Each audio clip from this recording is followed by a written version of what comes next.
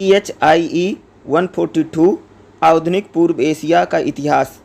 खास तौर से इसमें हम जापान को पढ़ने जा रहे हैं और जापान को हमसे कब से पढ़ना है, जो आधुनिक जापान है, और 1868 से लेकर के 1945 तक।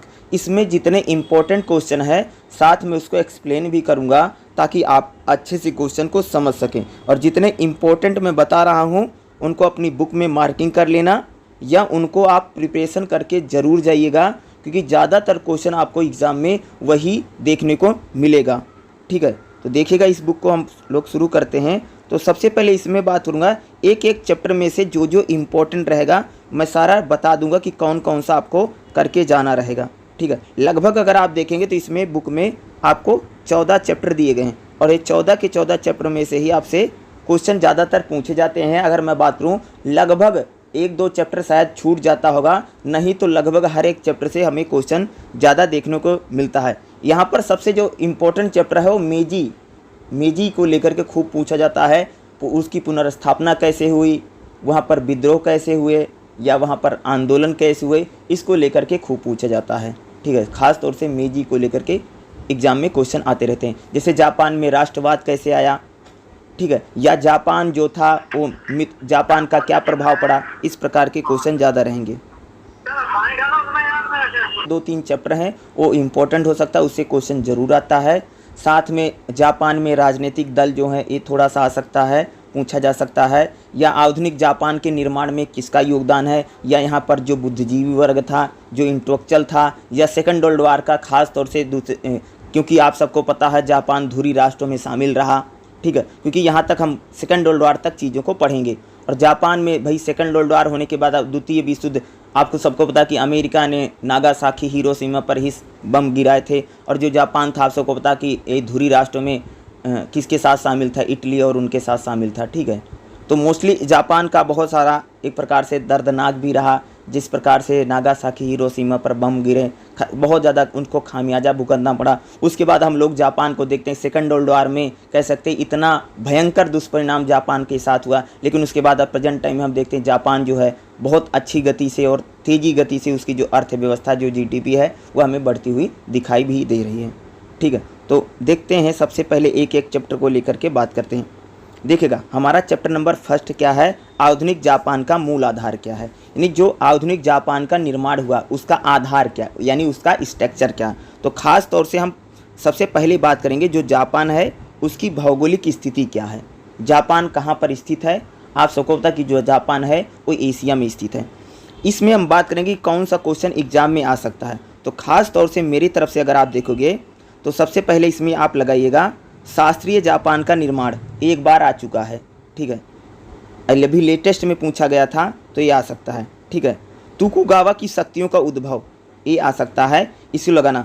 1.7 जो है 1.6 जो है शास्त्रीय जापान का निर्माण कैसे हुआ है, ये आ चुका है, आ भी सकता है। और साथ में तुकुगावा जो शक्तियाँ हैं, जैसे हमारे यहाँ पर मुगल हैं, गुप्त हैं, उसी प्रकार से जापान में एक शासक है, शासनकाल है जिसको तुकुगावा शासनकाल बोला जाता है, जिसके बारे में पूछा जा सकता है कि इसका उद्भव किस प्रकार से हुआ या जापान में कैसे आया, और शास्त्रीय जापान का निर्माण कैसे हुआ, और जापान की भौगोलिक स्थिति कैसे है। खास तौर से हम थोड़ी सी भौगोलिक स्थिति की बात चर्चा जरूर है। देखो जब भी क्वेश्चन में भौगोलिक स्थिति पूछा जाए तो आप लोग वहाँ पर मैप वैप का थोड़ा सा यूज कर दो। मैप बताने का मेरा मतलब है कि आप थोड़ा बहुत ऐसा डायग्राम बना दो ताकि टीचर को पता चले कि बच्चे को सारी चीज़ें पता, क्योंकि इन सारी चीज़ों को करने से क्या होता है एग्जाम में ज़्यादा से ज़्यादा मार्क्स या नंबर हम गेन कर सकते हैं। देखो एक चीज़ मैं बता दूं, पेपर में अगर हम सिर्फ लिखते हैं या पॉइंट बना करके लिख रहे हैं या हेडिंग बना करके लिख रहे हैं, लेकिन वहाँ पर अगर हम 1 या 2 डायग्राम बना देते हैं,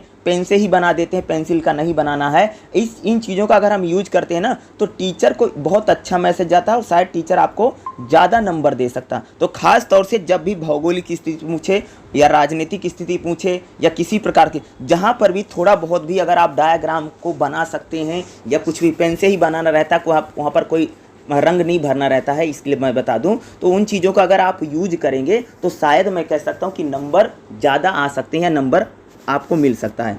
ठीक है, तो जैसे आप देखिएगा जापान के बारे में बात किया है कि पूर्वी एशिया और उसके पड़ोसी देश, अगर हम जापान की बात करें तो यहाँ पर देखोगे तो जापान जो है वो द्वीपों दक्षिण एशिया में, यानी जापान पूरी तरह से कई सारे द्वीपों से अगर देखोगे घिरा हुआ देश है। जापानी सभ्यता एशियाई सभ्यता द्वारा आकार दिया गया है। चूँकि यह कभी उपनिवेश नहीं हुई है, इसलिए इसने इन तत्वों को सबसे अच्छा संरक्षण दिया है। ठीक है, तो जापान का खास तौर से यहाँ पर जो दिया गया भौगोलिक स्थिति। ठीक है, तो भौगोलिक स्थिति जब भी एग्जाम में पूछे तो उसकी भौगोलिक स्थिति तो हमें बताना है, उसको तो हम लिखेंगे, लेकिन लिखने के साथ साथ उसका थोड़ा बहुत डायग्राम जरूर बनाना है। जैसे करें कि जापान का अध्ययन करते समय भूगोल को समझना बहुत जरूरी है, क्योंकि यह निवासियों को क्या संभव है, और जापान द्वीप अपेक्षाकृत हाल का ही निर्मित है। यह केवल कुछ 15 मिलियन साल पहले शुरू, यानी जापान का जो द्वीप है अभी थोड़े समय पहले बना हुआ है। ठीक है, जैसे भूकंप या ज्वालामुखी के विस्फोट का उत्पादन जारी है, इसे अस्थिर, यानी जापान में आप सबने देखा कि बार बार वहाँ पर भूकंप और इस प्रकार की चीज़ें जो हैं वहाँ पर ज़्यादा आती रहती हैं। यानी जापान एक प्रकार का क्या भैया द्वीप है। ठीक है, समुद्री से घिरा पड़ा हुआ है। ठीक है, इस प्रकार से जापान का लगभग 80% पहाड़ी हैं। जापान में क्या है, पहाड़ी इलाका है पूरा। ठीक है, ये पहाड़ औसतन 2 से 3 हज़ार मीटर की ऊंचाई पर खड़े ढलान वाले हैं। सकरी घाटियां यहाँ पर होती हैं। पहाड़ी में जलधाराएं जो उग्रधार बहती हैं। इसने जल प्रबंधन में बहुत योगदान दिया और इसे प्रसिद्ध जल प्रणाली, यानी यहाँ पर पानी की अच्छी खासी व्यवस्था है। इसलिए कैसे यहाँ पर स्थानांतरित खेती, यानी जैसे हम झूम खेती बोलते हैं ना, जगह चेंज करके लोग खेती करते हैं, इस प्रकार का यहाँ पर हमें एग्रीकल्चर भी दिखाई देता। ईंधन है, चारा है, घास है, पात है, या खाड़ी पहाड़ियों पर खेती करने के लिए होता है। बाढ़ आती है क्योंकि पहाड़ियों में ढलान की ओर वन आवरण से वंचित हैं। ठीक है, यहाँ जलवायु बड़े पैमाने पर हल्की सर्दी वाली और उष्ण ग्रीष्म काल में होती है। यानी यहाँ पर अगर आप देखोगे तो हल्की हल्की क्या होती भाई में सर्दी पड़ती, ऐसी जलवायु है। ठीक है, 20% खेती योग्य भूमि है। जापान में केवल जितनी ज़मीन है केवल 20% ज़मीन पर खेती हो सकती है, बाकी ज़मीन जो है ऐसी पहाड़ी वाड़ी इलाका है ज़्यादातर। ठीक है, इसलिए जापान ऐतिहासिक रूप से उच्च आबादी को आश्रय देने में सक्षम है। ज्वालामुखी जो मिट्टी थी काफ़ी हद तक अम्लीय, यानी खट्टापन होता है यहाँ की मिट्टी में, क्योंकि यहाँ पर बहुत ज़्यादा ज्वालामुखी फटते हैं। ठीक है, लेकिन उर्वरक की व्यापक उपयोग में सुधार हुआ। यह आवश्यकता तथ्य के कारण थी कि आधुनिक समय में जापान दुनिया में रासायनिक उर्वरक का सबसे बड़ा उपयोग करता है। यानी जापान में ज़्यादातर जो रासायनिक जो खाद वाद बनती है उसका उत्पादन हो रहा। समुद्री संसाधन हमेशा से जापान के लिए, यानी जो समुद्री इलाका है तो ज़्यादातर इनको जो संसाधन मिलते हैं, ज़्यादातर कहाँ से मिलते हैं, समुद्री संसाधन जापान के लिए एक प्रकार सा बड़ा नेचुरल रिसोर्स, यानी प्राकृतिक संसाधन में समुद्री जो संसाधन उनका ज़्यादा यूज हो रहा है। ठीक है, जापान की देखिएगा जापान का इतिहास के अध्ययन का दृष्टिकोण, जैसे जापान के इतिहास के बारे में क्या बताया गया है, इसको लेकर के इसमें कई सारे जो अमेरिकी हैं या जो जापानी हैं कि जापान की शुरुआत कैसे हुई, किस प्रकार से हुई। कुछ लोग इसको देवी देवता को लेकर के मनाते हैं कि जो प्राचीन रूढ़िवादी लोग हैं, उस पौराणिक कथाओं में बात किया गया कि किसी देवी देवता के जरिए उत्पन्न हुआ है। खास तौर से द्वितीय विश्व युद्ध की अगर बात करूँ, उस समय जो उत्तरकालीन अकादमिक लेखन था, उन्होंने जापान को मुख्यतः एकमात्र ऐसे एशियाई देश के रूप में प्रस्तुत किया जिसका आधुनिकीकरण हुआ है। आधुनिकीकरण की दृष्टि से चीन और अन्य एशियाई देशों के अंतर को रेखांकित करने के लिए टकराव, किसान विद्रोह, उपनिवेश के रूप में जापान के अनुभव को नज़रअंदाज किया। यानी जापान के इतिहास में किस प्रकार से जापान को जाना जा सकता है, इसके लेकर के बात की गई। मोस्टली मुझे लगता नहीं इस क्वेश्चन को ज़्यादातर वो लोग पूछ सकते हैं या भी आ सकता है। जापानी इतिहास का काल निर्धारण कैसे किया गया। आप सबको पता कि जैसे हमारे यहाँ पर आप सबने पढ़ा हो ना, प्राचीन इतिहास, मध्यकालीन इतिहासकार और फिर आधुनिक इतिहास। भारत में इतिहास को जिस प्रकार से 3 भागों में बांटा गया ना, उसी प्रकार से जापान में भी इतिहास का क्या किया गया, काल निर्धारण किया गया। भाई जापान में भी क्या है, जापान का जो पूरा इतिहास है उसको अलग अलग पार्ट में क्या है डिवाइड किया गया, उसी आधार पे वर्गीकरण किया गया। तो ये वर्गीकरण को लेकर के अगर आप देखोगे तो 2-3 प्रकार से, यानी 1118 से लेकर के 1333 का वर्गीकरण है, दूसरा 1333 से लेकर के 1336 है, फिर 1336 से लेकर के 1576। इस प्रकार से कह सकते हैं वहाँ पर जापान का जो इतिहास है उसका काल विभाजन किया गया है। ठीक है, देखो जापान इतिहास को 3 भागों में बटा, यानी जापान का जो इतिहास कितने भागों में बटा, 3 भाग हैं, 3 पार्ट हैं। ठीक है, पहला क्या है, भोजन के घुमंतु, यानी पहला ऐसा भाई काल था जहाँ पर लोग भोजन के लिए घूमते रहते थे। कृषि और औद्योगिक 3 प्रकार से बटा, यानी पहले जो जापान था भाई जंगलों में रहते थे, घुमंतु टाइप के खानाबदोश जीवन जीते थे। फिर जापान में जो दूसरा है जहाँ पर लोगों ने खेती करना शुरू किया, एग्रीकल्चर सेक्टर में आए। और अगला जो आधुनिक है, जहाँ पर जापान में इंडस्ट्री लगी, कंपनी लगी, उद्योग धंधे लगे। इस प्रकार से कह सकते हैं जापान को भोजन के घुमंतू के रूप में, यानी खाना बदोश टाइप का जो जीवन जीते थे, जिनको हम बोलते हैं शिकारी संग्रहकर्ता कह सकते हो। दूसरा, जब लोगों ने खेती करना स्टार्ट किया, यानी उत्पादन यानी प्रोडक्शन बढ़ा, खासतौर से एग्रीकल्चर, दूसरा जापान के दूसरा जो इतिहास है। तीसरा जो कह सकते जो जिसे हम आधुनिक इतिहास, जहां पर औद्योगिक क्रांति हुई है, यानी जापान के इतिहास को खास तौर से इन्हीं 3 पॉइंटों में और इन्हीं 3 चीज़ों में क्या होता बांटा जाता है। ठीक है, उसके बाद जैसे अगर मैं बात करूं तो शास्त्रीय जापान का निर्माण यानी आधुनिक जापान का निर्माण किस प्रकार से किया गया है, इसको लेकर के एक क्वेश्चन एक बार एग्जाम में आ चुका है। ठीक है, शास्त्रीय जापान का निर्माण देखो 1774 में यामातो राज्य ने हियान में अपनी राजधानी बनाई। यह जापान के शास्त्रीय युग के रूप में देखे जाने वाले समय की शुरुआत को चिन्हित करता है, जब जापानी सभ्यता की केंद्रीय मुख्य विशेषताएं थी।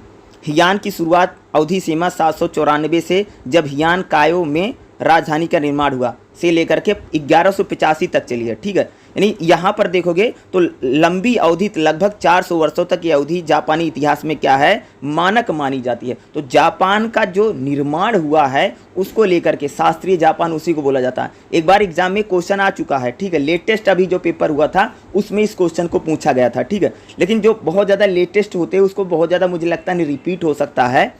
ठीक है, तो कई बार हो भी सकता, नहीं हो सकता, दोनों बातें हो सकती अगर इस क्वेश्चन की मैं बात करूं।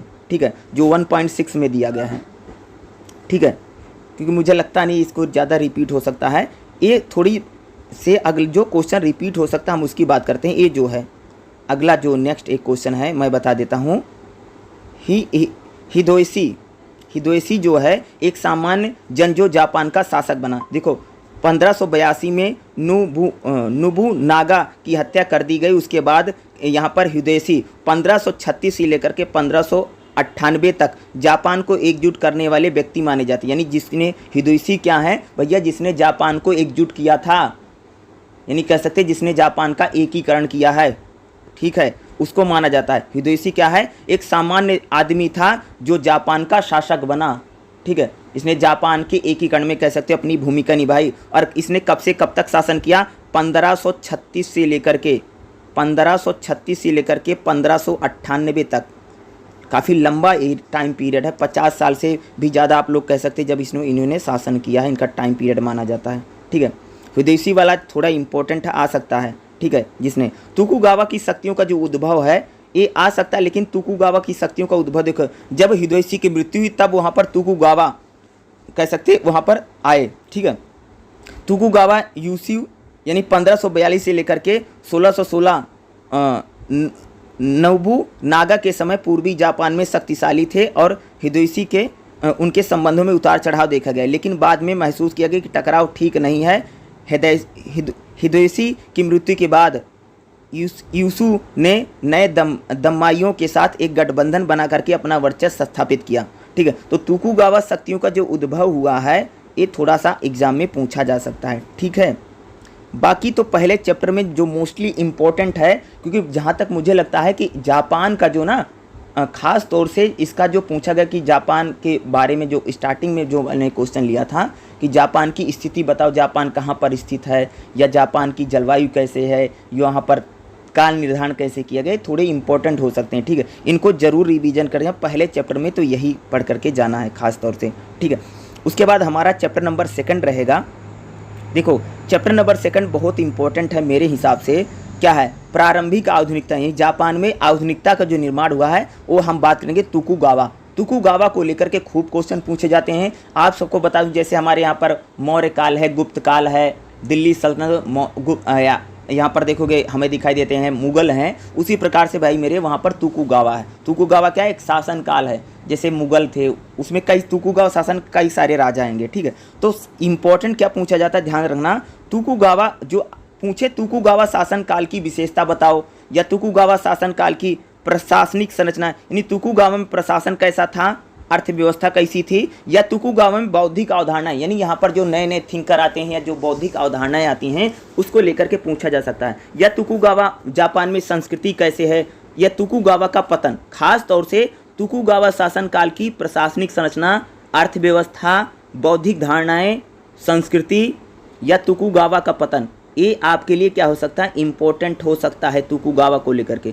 और दूसरा चैप्टर जो रहेगा तोकुगावा से रिलेटेड आ सकता है, क्योंकि ऐसे क्वेश्चन प्रीवियस ईयर में भी अगर आप देखेंगे तो दो बार इसका एग्जाम हो चुका है और दोनों बार इसको लेकर के, यानी तोकुगावा क्या है, साम्राज्य है, ठीक है। उसमें भैया प्रशासन कैसे चलता है, उनकी अर्थव्यवस्था कैसे है, वहाँ की संस्कृति कैसे है, तो ये सारी चीज़ें कैसे हैं, प्रशासन, उसको लेकर के बात की गई। तो इसमें हम थोड़ा सा लोग चर्चा कर लेते हैं।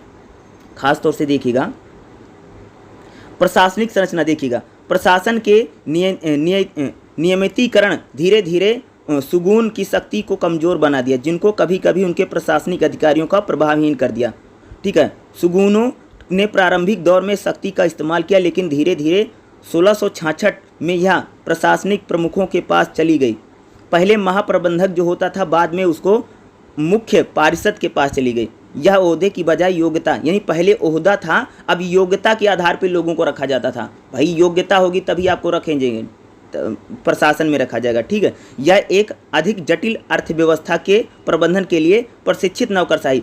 अगर आप देखोगे भाई तोकुगावा शासन काल में जो नौकरशाही है, जो शासन प्रशासन है, वो कैसी है, प्रशिक्षित है, पढ़ी लिखी है, ठीक है। ये अधिकारी मध्यम और छोटी जागीरदारों के शासक में से थे, यानी वहाँ पर जो अधिकारी होते थे, जो छोटी और मध्यम जो जागीरदारी होती थी, उनके शासकों में से होते थे, जबकि बड़े जागीरदारों के पदों को बाहर से भर रखा जाता था। यानी जो जागीरदार होते थे, जो छोटे जागीरदार होते थे, वो तो अधिकारी बन जाते थे, लेकिन जो बड़े जागीरदार होते थे उनको बाहर से भरा जाता था।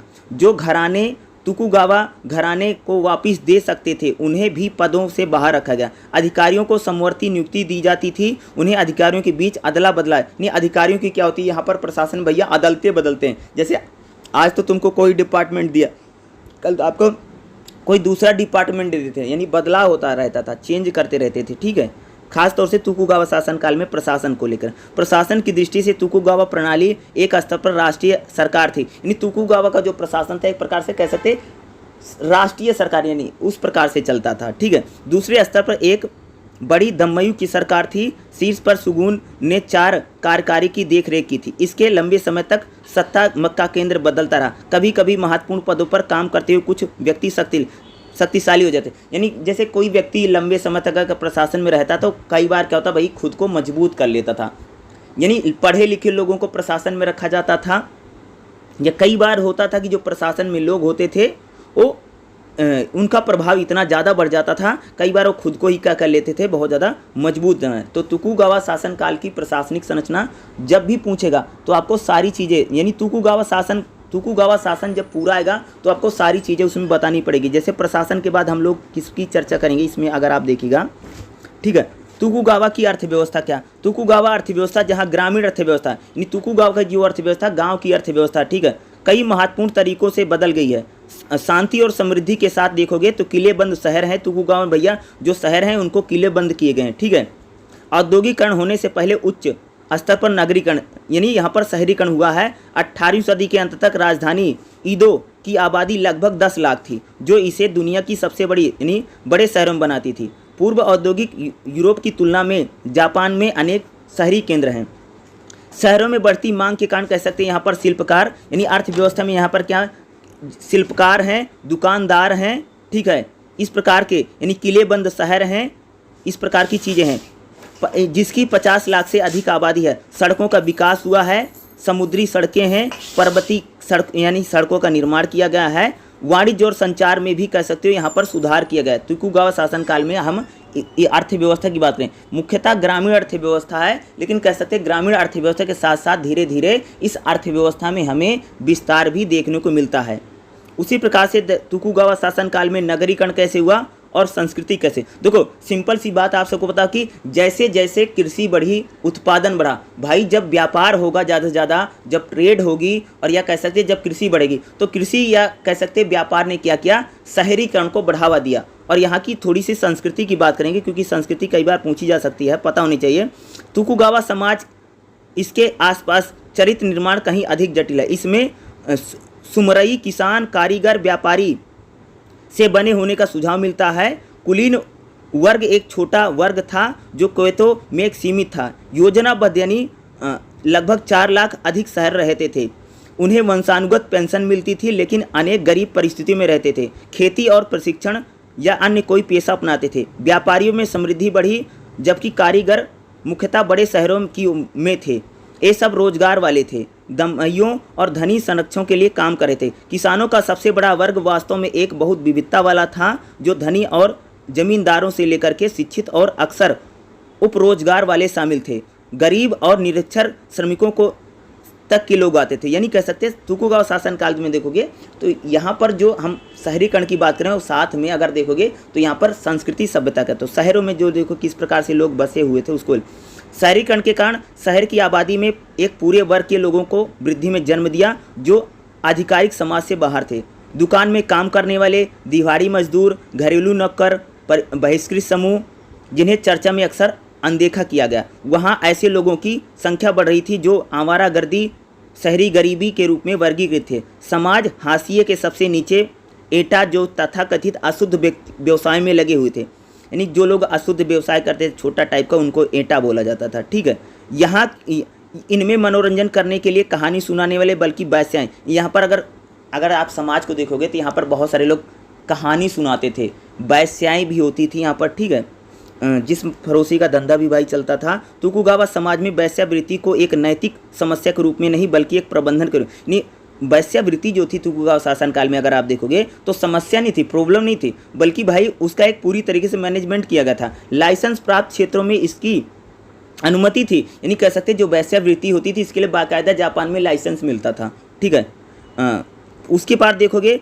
तो यहाँ पर अकाल के समय आसानी से खरीदी जाती थी और एक सीमित और कठिन जीवन जीती थी जो वैश्याएँ थी उनको, लेकिन कुछ अपनी सुंदरता और उपलब्धि के कारण धनवान बन जाती थी। यहाँ तक की प्रसिद्धि भी पा जाती थी। समाज में आए गए, यानी जो वैश्याएँ होती थी क्या होती थी, ज़्यादातर देखोगे तो ये बहुत ज़्यादा समस्याएं इनको होती थी, लेकिन ऐसी कुछ वैश्याएँ होती थी जो बहुत सुंदर होती थी दिखने में, वो बहुत सारा पैसा वैसा कमा लेती थी। कई बार ऐसी वैश्याएँ भी होती थी जो बहुत ज़्यादा धनवान अमीर बन जाती थी। ठीक है, यहाँ पर ग्रामीण संकट और शहरी गरीबों की वृद्धि ने सवाल उठाया गरीबों को कैसे निपटाया जाए। ठीक है, यानी गरीबी काफ़ी ज़्यादा है। 17वीं और 18वीं शताब्दी के उत्तरार्ध तक ग्रामीण संकट के कारण निम्न वर्ग में वृद्धि हुई और ये अस्थायी सुविधा बनी। 18वीं शताब्दी के अंत तक देखोगे ईदो एक प्रकार की कार्यशाला शुरू की गई जिसका उद्देश्य अपराधी पृष्ठभूमि वाले की मदद, जो लोग अपराधी थे, जैसे जापान में कहता भैया जैसे कोई चोरी करता है, कोई अपराध करता है तो भैया वो चोरी अपराध ना करे, बल्कि उसको सरकार मदद करती थी। उसको समाज की मुख्य धारा से जोड़ने के लिए क्या किया जाता था,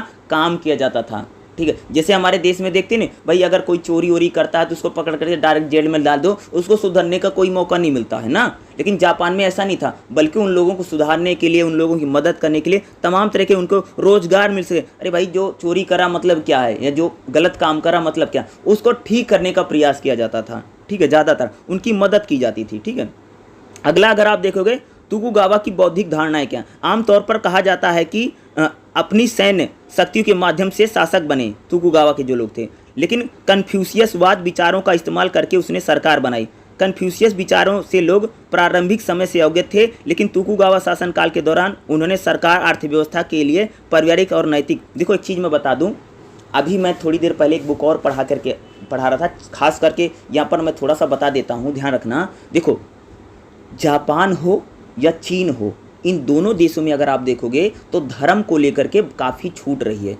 अगर आप देखोगे चीन ने भी बौद्ध धर्म को अपनाया है, जापान ने भी बौद्ध धर्म को। तो यहाँ के जो शासक होते थे ना, लोगों पर प्रतिबंध नहीं लगाते थे। यहाँ के लोग क्या होते थे, धार्मिक मान्यताएं बहुत ज़्यादा थी, अलग अलग प्रकार के धर्मों को लोग यहाँ पर मानते थे। देखोगे यहाँ पर जो बौद्धिक धारणाएं, यानी धर्म के आधार पर भेदभाव हमें नहीं दिखाई देता है। धर्म के आधार पर किसी प्रकार से लोगों में आपस में भी भेदभाव नहीं होता था।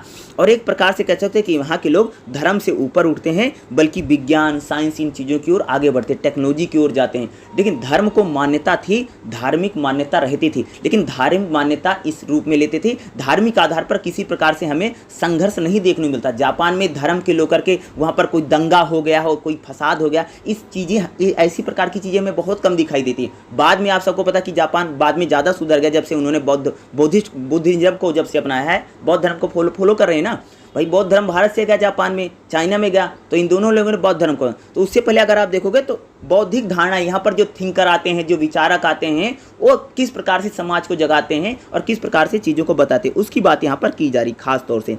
बौद्ध धर्म को सख्ती से नियंत्रण किया गया, संप्रदाय से दूरी बनाए रखी, मंदिरों के रिकॉर्ड को जन्म दर्ज किए जाते थे, इसलिए एक संप्रदाय से संबंध रखने वाले लोगों को अंतरिम संस्कार बौद्ध अनुष्ठानों का अनुसार किए जाते थे। बौद्ध मंदिर समृद्ध थे लेकिन उनकी शक्ति सीमित थी।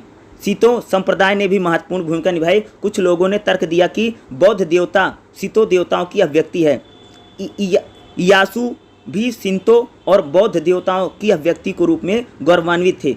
कुछ अन्य प्रभावशाली विचारक जैसे कि प्राचीन शिक्षा का मत, इन विद्वानों ने बल देकर कहा कि मौलिक रचनाओं का अध्ययन किया जाना चाहिए, ना कि टीकाओं जैसे, यानी जो मौलिक रचना जो पुरानी किताबें हैं उनको पढ़ना चाहिए, जो टीका जो नए नए लोग आकर के किताबें लिख रहे हैं उसको अध्ययन नहीं होना चाहिए, क्योंकि जो पुरानी ग्रंथ हैं या उन पर ज़्यादा ध्यान दिया गया। बौद्धिक रचनाओं की हम बात करें, तोकुगावा शासन काल में जापान की संस्कृति क्या है, कल्चर क्या है, तो कल्चर की अगर हम बात करेंगे तो यहाँ पर देखिएगा, यहाँ पर खास तौर से यहाँ पर देखोगे शास्त्रीय काव्य जैसे वाका, जुड़ा पद है, रेंगा, नेहा, नाटक, इस प्रकार की चीज़ें होती थी। खास तौर से अगर देखोगे यहाँ पर संस्कृति और लोकप्रिय रही है, ठीक है। जापानी विद्वानों ने देखोगे दरबारी संस्कृति और अभिजात वर्ग को बताया। यहाँ पर भैया राजा जो होता था या अभिजात वर्गों की क्या होता था, बोलबाला हमें दिखाई देता है, या जो अमीर वर्ग थे, जो राजा होते थे, उस प्रकार की चीज़ें।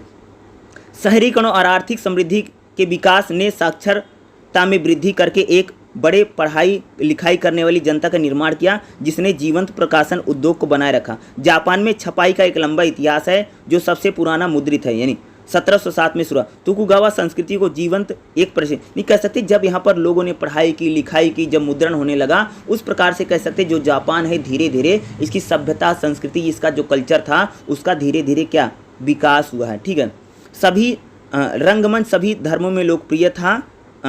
काबुकी इस शब्द का अर्थ है झुकना, निस्संदेह दृष्टि से देखना, अनादर को देखना। नाटकों में पहले महिला अभिनेता ही भूमिका निभाती थी। इन नाटकों में विविधता सामाजिक भीड़ों को आकर्षित किया, उन्हें उकसाने के लिए सामाजिक अवज्ञा करना, यानी नाटक के जरिए, इन चीज़ों के जरिए क्या किया जाता था, समाज को जगाया जाता था कि समाज बेहतर बने या समाज अच्छा बने, क्योंकि ज़्यादातर लोग शुरू में कबीले वबीले टाइप के लोग रहते थे, ठीक है।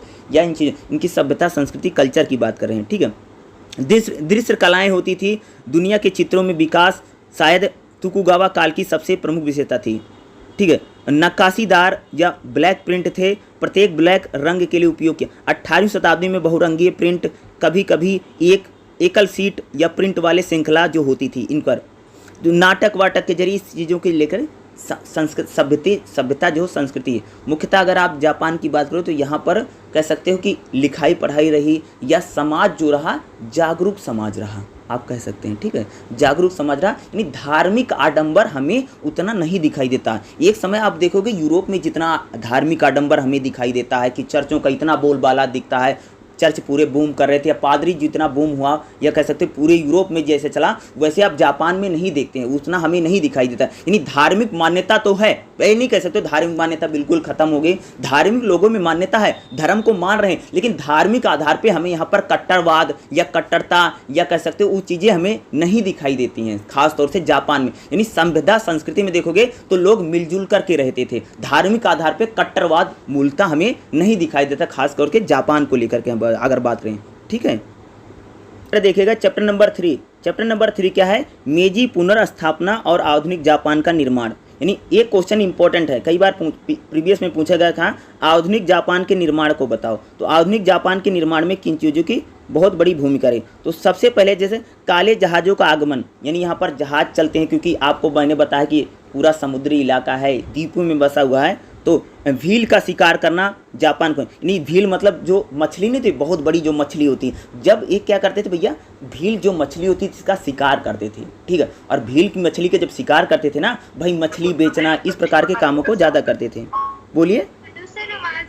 देखिएगा सबसे पहले जैसे काले जहाज़ों का आगमन, जैसे मैंने आपको बताया कि जापान जो है वो क्या भाई द्वीप समूह है, समुद्री इलाका है, तो वहाँ पर काले जहाज़ों यानी जहाज वहाज जब चलने लग गए, भील का शिकार करते थे। भील एक क्या मछली होती है, ठीक है, बहुत बड़ी मछली होती है, ठीक है। इसका जब शिकार करते थे, धीरे धीरे जापान की जो अर्थव्यवस्था थी वही मछली का शिकार करते थे, तभी इनकी जातियाँ बढ़ी। तो इसको ध्यान रखना। जैसे 3.4 है ना, पश्चिम मांगों के प्रति बाकूफा और दम्मइयों की प्रतिक्रियाएँ क्या है, थोड़ा इंपॉर्टेंट हो सकता है, इसको कर लेना एक बार, शायद आ चुका है एक बार। यहाँ पर ख़ास तौर से ना मेजी पुनर्स्थापना ये इम्पोर्टेंट हो सकता है, मेजी को लेकर के, और मेजी को लेकर के ज़्यादा क्वेश्चन इसमें पूछे जा सकते हैं। और कई बार ये भी पूछा जा सकता है कि द्वितीय विश्व युद्ध के बाद, ये थोड़ा पूछा जा, और ख़ास तौर से आपको जो करके आना है मेजी पुनर्स्थापना, मेजी पुनर्स्थापना पर विद्वानों का क्या दृष्टिकोण है या जापानी मत क्या है। ख़ास तौर से यहाँ पर मेजी को लेकर के जो है 3.6, ठीक है, 3.9 और 3.11, ये मेजी वाला जो रहेगा, मेजी पुनर्स्थापना को लेकर के एग्ज़ाम में क्वेश्चन आ सकता है या इससे रिलेटेड ज़रूर पूछा जा सकता है, उनको हमें ज़रूर करके जाना है, ठीक है। ख़ास तौर से अगर हम देखिएगा यहाँ पर, मैं थोड़ा सा हम लोग और बातें करते हैं, मेजी को लेकर के ही थोड़ी सी बात करेंगे क्योंकि ये थोड़ा इम्पोर्टेंट है भाई, ठीक है। मेजी को लेकर के देखिएगा, मेजी पुनर्स्थापना सन 1868 में बाकुफू से सम्राट के हाथों में सत्ता की वापसी मेजी पुनर्स्थापना की विशेष घटना थी। 1868 में सत्ता का बाकुफू ने सम्राट को वापस मिलना मेजी पुनर्स्थापना की ओर संकेत देता है। यहाँ सत्सुमा और चेंसू ने नेतृत्व में दो बाहरी दम्मइयों को गठबंधन द्वारा किया। शाही पत्रादेश के द्वारा जनवरी 1868 में मौलिक नाम का शासन किया और पद त्याग घोषित किया। यह तोकुगावा के लंबे शासन की औपचारिक समाप्ति का संकेत देता था। अप्रैल में दरबार में शपथ घोषणा पत्र जारी किया जिसमें नई सरकार, यानी कह सकते हैं कि जो यहाँ पर तोकुगावा शासनकाल था, जब तोकुगावा शासनकाल गया तो उसके बाद मेजी पुनर्स्थापना यानी एक मेजी साम्राज्य की स्थापना होती है, ठीक है, तोकुगावा के बाद, ठीक है। अक्टूबर 1868 में सम्राट ने चीनी अक्षरों का चयन किया जिसका अर्थ था प्रबुद्ध शासन या मेजी, जिसका नाम से उसका नाम ही पड़ा। जो मेजी शासनकाल है कह सकते 1868 से लेकर के, ठीक है, क्या बताया जा रहा है, 1868 से लेकर के 1912 तक अगर आप देखेंगे तो मेजी शासनकाल के बारे में यहाँ पर क्या की गई है, बातें की गई हैं, ठीक है। पुनर्स्थापना या इसीन के नाम से यह घटना जानी जाती है जिसमें कुलीन वर्ग यानी मेजी पुनर्स्थापना में अगर आप देखोगे तो यहाँ पर अभिजात वर्ग है, उसका बोलबाला हमें कुछ ज़्यादा दिखाई देता है मेजी पुनर्स्थापना में, ठीक है। तो मेजी वाला जो इम्पोर्टेंट सेक्शन मैंने बताया इसको पढ़ करके आपको ज़रूर जाना है, ठीक है। मेजी पुनर्स्थापना को लेकर पूछ सकता है। उसके बाद जो है इसमें देखिएगा मेजी पुनर्स्थापना पर विद्वानों का मत क्या है, तो यानी मेजी जो साम्राज्य है उसकी जो पुनर्स्थापना हुई है, विद्वान लोग क्या कहते हैं। सन 1868 की घटना पुनर्स्थापना की ओर संकेत करती है, यानी जो मेजी है वो 1868 में इसकी स्थापना हुई शासनकाल की, ठीक है। यह क्रांति की ओर, इन सवालों पर विद्वानों में भी बहस चल रही है। उदाहरण के लिए कह सकते हैं कि जापानी सम्राट के पास कोई विशिष्ट ढांचा नहीं था जिसकी पुनर्स्थापना होती, और पुनर्स्थापना के बाद जो भी भव्य छवियाँ जुड़ी वह हाल के इतिहास की विरासत नहीं बल्कि आधुनिक राज्य के वैचारिक निर्माण का परिणाम थी। 1867 से लेकर के 1868 तक की अगर बात करूँ तो महाप्रलय की किस्म की घटनाएं नहीं, केवल इसी दौर पर विचार किया जाएगा। अगर इस 19वीं शताब्दी की शुरुआत पर विचार किया जाए तो देखा जा सकता है जो बदलाव लाए गए उन्हें जापान को बहुत कुछ बदल डाला और नए राष्ट्र का निर्माण हुआ। इस संक्रमण यानी ज़्यादातर जो विद्वान होते हैं कहते हैं मेजी जब पुनर्स्थापना हुई उसी को कह सकते हैं राष्ट्र निर्माण हुआ, या नए आधुनिक जापान को भी लोग बताते हैं कि मेजी एक प्रकार की क्या थी, जो पुरानी सभ्यताएँ चल रही थी वो पूरा तरह से हट जाती हैं और नई सभ्यता, नई संस्कृति या कह सकते हैं नए राष्ट्र राज का निर्माण हुआ। मेजी को लेकर के विचारक हैं जो बताते हैं, तो थोड़ा इम्पोर्टेंट हो सकता है। या द्वितीय विश्व युद्ध के बाद को लेकर के थोड़ी सी बात पूछी गई, या कई बार क्वेश्चन ये आ सकता है कि जापान का द्वितीय विश्व युद्ध पर क्या प्रभाव पड़ा, इस टाइप से भी क्वेश्चन एग्जाम में पूछा जरूर जा सकता है, ठीक है। और मेजी मोस्ट इम्पोर्टेंट है, मेजी के लेकर के क्वेश्चन आ सकता है, इसलिए इसको कवर करके आपको जरूर जाना। एक शासन काल है भाई मेरे, ठीक है, इसको जरूर कर लेना, ठीक है। देखो मेजी ईशान वह दौर था जब वह समाज में उथल पुथल में झोंक दिया और विचार में संबंध अभिकुलीन तंत्र राज्य में घुल मिल नहीं पाए, इसलिए उन्हें हितों द्वारा कोई व्यवस्था थोपे जाना छानबीन के क्षेत्र में सीमित करना था। उस अनिवार्यता की ओर संकेत करता था जिसकी छाप जापान के इतिहास पर पड़ी। तो इसको भी एक बार देख लेना। 13.5 जो है लोगों को बचाना, उन्हें राज्य की सेवा के लिए, यानी जो मेजी शासन काल था उसमें क्या लोगों को ये बताया जाता था कि आपको राज्य के लिए सेवा देनी है, यानी आपको देश के लिए काम करना है, राज्य के लिए काम करना है, ठीक है, ताकि वहाँ पर राष्ट्र निर्माण और बाकी चीज़ें हो सके, यानी लोगों को सिखाना बताना या करना इस प्रकार से, ठीक है। जो यानी 3.15 है, 3.15 में वही चीज़ें बताई गई, ठीक है। उसके बाद जो अगला चैप्टर रहेगा, अगले चैप्टर में देखिएगा मेजी राजनीतिक व्यवस्था, यानी जो मेजी शासन काल है उसमें राजनीतिक व्यवस्था कैसे है। खास तौर से अगर मेजी में देखोगे, जैसे अगर बताऊं, ये क्वेश्चन एक बार आ चुका है, मेजी राज्य के विरुद्ध विरोध और आंदोलन कैसे हुए। 4.4 जो है एक बार एग्जाम में इसको पूछा जा चुका है, ठीक है, आया भी था, ठीक है। खास तौर से इसमें शाही सरकार की स्थापना किस प्रकार, यानी जो मेजी सरकार है या जो राज्य है उसकी स्थापना कैसे हुई, विशेषाधिकार जो लोगों को दिए गए थे उसको समाप्त करके मेजी की स्थापना हुई थी। राष्ट्रीय सेना के जरिए कैसे थी, भूमि कर और पेंशन, इन सारी चीज़ों में कह सकते बदलाव किए गए जब मेजी की बात। दूसरा, मेजी पुनर्स्थापना में क्या होता, मेजी ने एक संविधान बनाया था, लॉ बनाया था, कानून बनाया था, ऐसे नहीं था, मनमर्जी का नहीं था, बल्कि इस पर बहस हुई थी, डिबेट हुई थी, तब बना था, ठीक है। लेकिन मेजी जो साम्राज्य है उसको लेकर के अगर आप देखेंगे तो वहाँ पर इसके विरुद्ध कई प्रकार के विरोध और विद्रोह भी हमें देखने को मिलते हैं, ठीक है। तो ये जो चैप्टर है इसमें से क्वेश्चन आ सकता है, जैसे मेजी संविधान को बात पूछा, मेजी संविधान क्यों या उसमें किस प्रकार से बहस हुई, इसको लेकर के पूछा जा सकता है।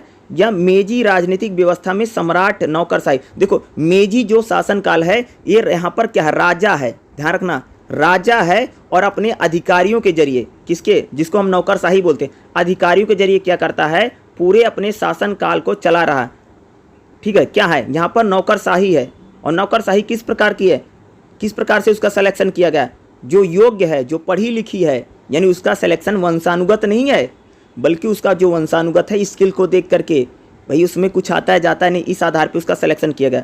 तो मेजी राजनीतिक व्यवस्था की प्रकृति कैसे है, राजा पर बहुत ज़्यादा डिपेंड करती है, वो सर्वे सर्वा है, सभी प्रकार की शक्तियाँ उसी के पास हैं, लेकिन वह अपनी सत्ता संचालन के लिए कह सकते हो कि अपने जो मंत्री संतरी हैं, जो नौकरशाह हैं, ठीक है, जो उसके अधिकारी हैं, उन अधिकारियों पर वो क्या है, बहुत ज़्यादा डिपेंड करता है। खास तौर से मेजी जो है वहाँ पर क्या है, संविधान बना है और संविधान के अकॉर्डिंग क्या करता है, सारे कामों को करता है, ठीक है।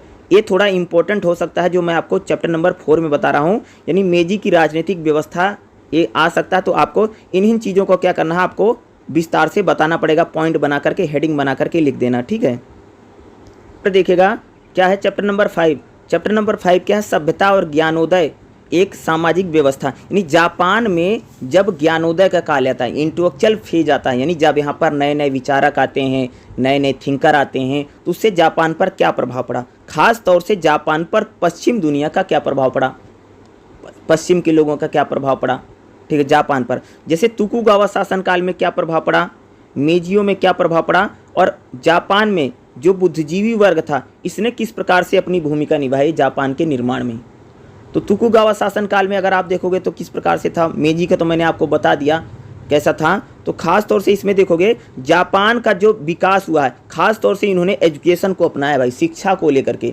जापान अगर मैं बता दूं, जापान बहुत कम समय तक देश गुलाम रहा, लेकिन इन्होंने क्या किया, एजुकेशन को बढ़ाने का काम किया, लोगों को लिखाया पढ़ाया, तब जा कर के एजुकेशन पर कह सकते हैं इन्होंने बहुत ज़्यादा बल दिया है, एजुकेशन पर और डेवलपमेंट पर डेवलप किया है। और यहाँ का जो बुद्धिजीवी वर्ग था या जो इंटेलेक्चुअल लोग थे, उन्होंने कह सकते एजुकेशन पर ज़्यादा काम किया है, यानी शिक्षा और विकास ये जापान का कह सकते एक प्रकार से अगर आप देखेगा, एक यहाँ के जो ज्ञानोदय जो विचारक थे उन लोगों ने ज़्यादा महत्व दिया। जैसे इसमें एक चीज़ है, इसको मैं शिक्षा और विकास वाला देख लेना एक बार, ठीक है। और जैसे इन्होंने बात कर रखी है जापान का पश्चिमी दुनिया पर क्या प्रभाव पड़ा, तो जापान का पश्चिमी दुनिया पर जो प्रभाव पूछ रखा है, जैसे तुकुगावा शासनकाल पर पश्चिमी दुनिया का क्या प्रभाव पड़ा, मेजी काल में क्या प्रभाव पड़ा, या बुद्धिजीवियों की जापान में किस प्रकार की भूमिका रही, ये तीनों क्या बन जाएगी, आपकी हेडिंग बन जाएगी।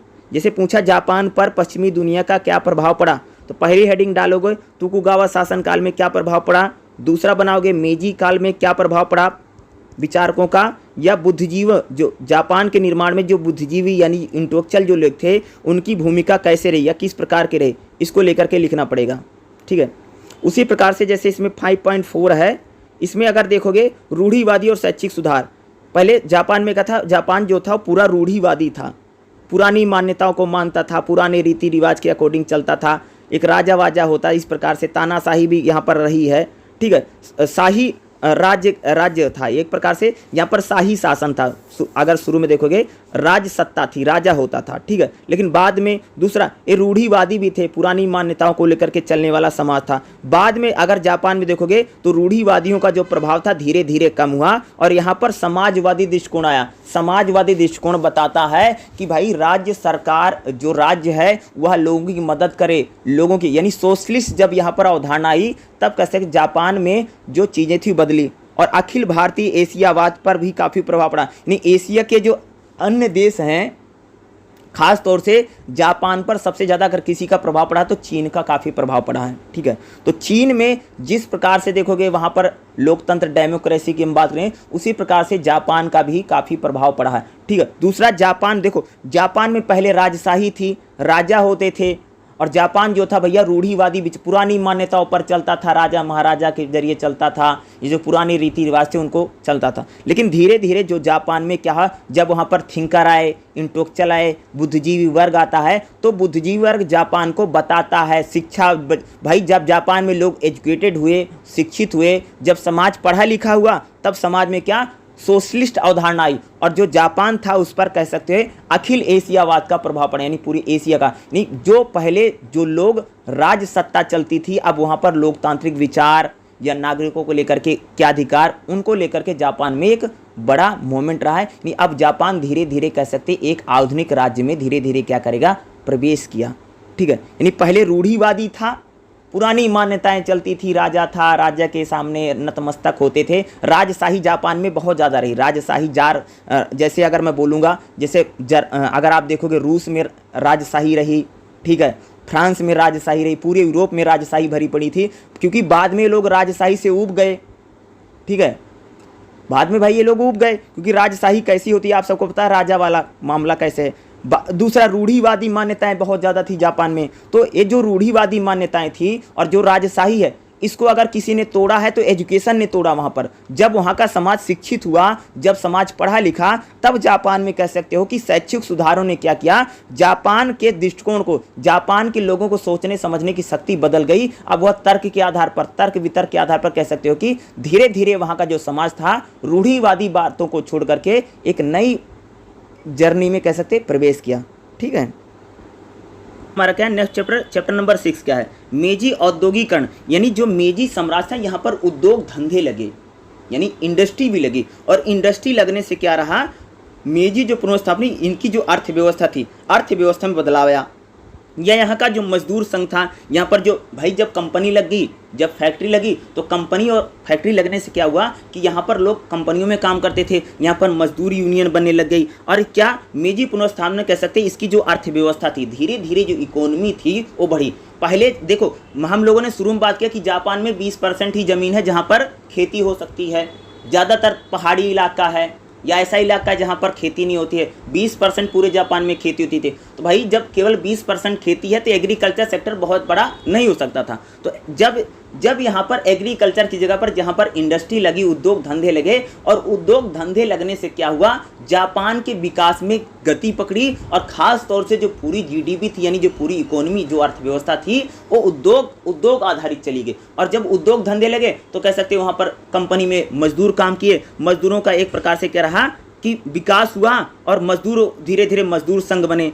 और देखो उद्योग धंधे लगने से ग्रामीण क्षेत्रों का भी विकास होता है या गांव के इलाकों का भी विकास होता है। उसी प्रकार से आप देखोगे तो आर्थिक विकास ने, यानी जब औद्योगिकरण हुआ, डेवलपमेंट हुआ तो क्या हुआ कि धीरे धीरे जो जापान था वो धीरे धीरे डेवलप होने लग गया, विकसित होने लग गया। ठीक है, देखो राजशाही तो जरूर थी, राजशाही तो थी, लेकिन वो राजशाही ने क्या किया, उद्योग धंधे के ऊपर ध्यान दिया और उद्योग धंधों ने क्या किया, जापान की जो अर्थव्यवस्था थी उस अर्थव्यवस्था को बदलने में एक महत्वपूर्ण भूमिका निभाई। ठीक है, तो इसमें अगर आप देखोगे मेजी पुनर्स्थापना एवं अर्थव्यवस्था, ये थोड़ा इंपॉर्टेंट हो सकता है, इसको जरूर करके जाना कि मेजी पुनर्स्थापना के बाद वहाँ पर जो अर्थव्यवस्था में क्या बदलाव आया, या वहाँ पर जो इंडस्ट्री लगी, कंपनी लगी, या वहाँ पर मजदूर संघों का जो निर्माण हुआ, ये थोड़ा इंपॉर्टेंट हो सकता है 6.2, ठीक है, या 6.5, 6 पॉइंट क्या करना है आपको, 6.2 देखना है और 6.5 देखना है, ठीक है। देखिएगा जो हमारा नेक्स्ट चैप्टर क्या है, चैप्टर नंबर 7। चैप्टर नंबर 7 क्या, अन्य स्वर, यानी मेजी जो शासनकाल है, इसकी जो नीतियाँ थी, इसकी नीतियों को लेकर के काफ़ी विरोध भी रहा, ठीक है। तो इसकी नीतियों को लेकर के जो विरोध है, खास तौर से लोकतंत्र और पर्यावरण का संरक्षण करना, यानी जब मेजी शासन काल आया तो वहाँ पर एक तो राजशाही है, तो राजशाही हटे, यहाँ पर डेमोक्रेसी आए, इसलिए काफ़ी लोग लोकतंत्र को लेकर के बात करते हैं, भाई यहाँ पर लोकतंत्र आना चाहिए, डेमोक्रेसी आनी चाहिए, डेमोक्रेसी की बात की जाती है। दूसरा, पर्यावरण को बचाने के लिए काफ़ी आंदोलन हमें दिखाई देते हैं, यानी पर्यावरण को लेकर के और लोकतंत्र को लेकर के कह सकते हैं कि जो मेजी है, इसकी क्या होते हैं, इनकी नीतियों का काफ़ी विरोध रहा। खास तौर से अगर आप देखोगे एशिया कोपर माइंस जो है, आधुनिक उद्योग और प्रदूषण, यानी जब देखो मेजी शासन काल में भाई मेरे जब कंपनी लग गई ना, कंपनी लगने से क्या होगा, प्रदूषण फैलेगा, तो प्रदूषण को लेकर के या पर्यावरण का संरक्षण हो, इसको लेकर के काफ़ी बातें होती थी, इसका थोड़ा विरोध रहा। तनका जो था, तनका में जन अधिकार आंदोलन, लोगों के जो अधिकार हैं, जो राइट्स हैं, सरकार इनको दे या राज्य इनको दे। यानका जो था, यहाँ पर एक सूबा आंदोलन, यानी कह सकते हैं कि धीरे धीरे अगर देखोगे तो राजशाही है, तो राजशाही रहते हुए वहाँ पर लोकतंत्र को लेकर के लाने के लिए, या जो नागरिक हैं, या जन अधिकार आंदोलन, यानी जो आम लोग हैं उनको ज़्यादा से ज़्यादा राइट मिले, उनको ज़्यादा से ज़्यादा अधिकार मिले, जो उद्योग धंधे लगे हैं, उद्योग धंधे लगने से जो कंपनी में प्रदूषण हो रहा है, या जो कंपनी लगने से जो इन्वायरमेंट को हानि पहुंच रही है, या प्रदूषण को कम कैसे किया जाए, यानी पर्यावरण को बचाने के लिए भी कह सकते हैं कई प्रकार के हमें वहाँ पर आंदोलन दिखाई देते हैं। यानी कह सकते हैं कि जो मेजी है, यहाँ इनकी नीतियों का हमें थोड़ा विरोध भी देखने, यानी इनके खिलाफ आंदोलन और विरोध संघर्ष भी हमें दिखाई देता है।